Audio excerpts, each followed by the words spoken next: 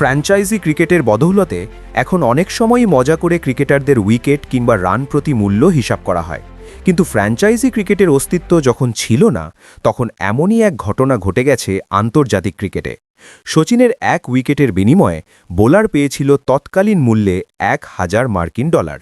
ঘটনাটি বলতে গেলে ফিরে যেতে হবে 16 জুলাই 2004 সালে। ডামলুই গ্রুপ পর্বের ম্যাচে মুখোমুখি হয় ভারত ও সংযুক্ত আরব আমিরাত।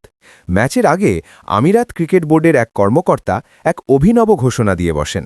তিনি ঘোষণা করেন, আরব আমিরাতের যে বোলার শচীন টেন্ডুলকরকে আউট করতে পারবেন তাকে পুরস্কার হিসেবে দেওয়া হবে $1000। সেই সময় আরব আমিরাতের মতো দলের ক্রিকেটারদের কাছে $1000 ছিল রীতিমতো এক লটারি জেতার মতো। কিন্তু নামটি যে শচীন টেন্ডুলকর, এ তো আর চারটেখানি কথা নয়। এই ঘোষণার প্রভাব দেখা যায় ম্যাচের শুরু থেকেই। ভারত আগে ব্যাট করতে নামলে প্রথম থেকেই যেন শচীনের উইকেট নিয়ে আমিরাত বোলারদের মধ্যে এক প্রকার প্রতিযোগিতা শুরু হয়। কে ড্রেসিং রুমে ফেরাতে পারেন ক্রিকেটের এই বড় পুত্রকে? ভারতীয় ইনিংসের অষ্টম ওভারের খেলা চলছে। বল হাতে দৌড়ে আসছেন বাঁহাতি মিডিয়াম পেসার অসীম সাঈদ। ক্রিজে তখন 18 রানে অপরাজিত শচীন।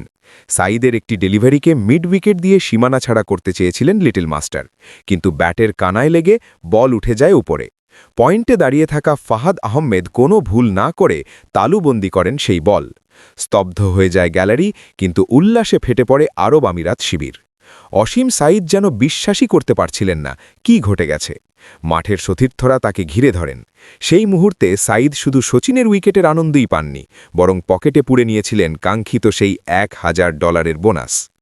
অসীম সাঈদের ক্রিকেট কেরিয়ারে এটি কেবল একটি উইকেট ছিল না, এটি ছিল তার জীবনের শ্রেষ্ঠ অর্জন। সেই ম্যাচে 7 ওভারে 25 রান দিয়ে ওই একটি উইকেটই নিয়েছিলেন তিনি।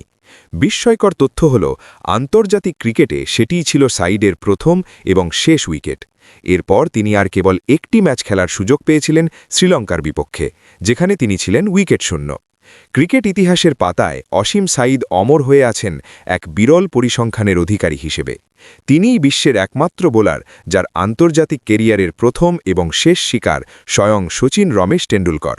শচীনের সেই প্রস্থান সাঈদকে পুরস্কারের সাথে সাথে দিয়েছিল ইতিহাসের এক সোনালী পাতায় নিজের নাম লেখানোর সুযোগ।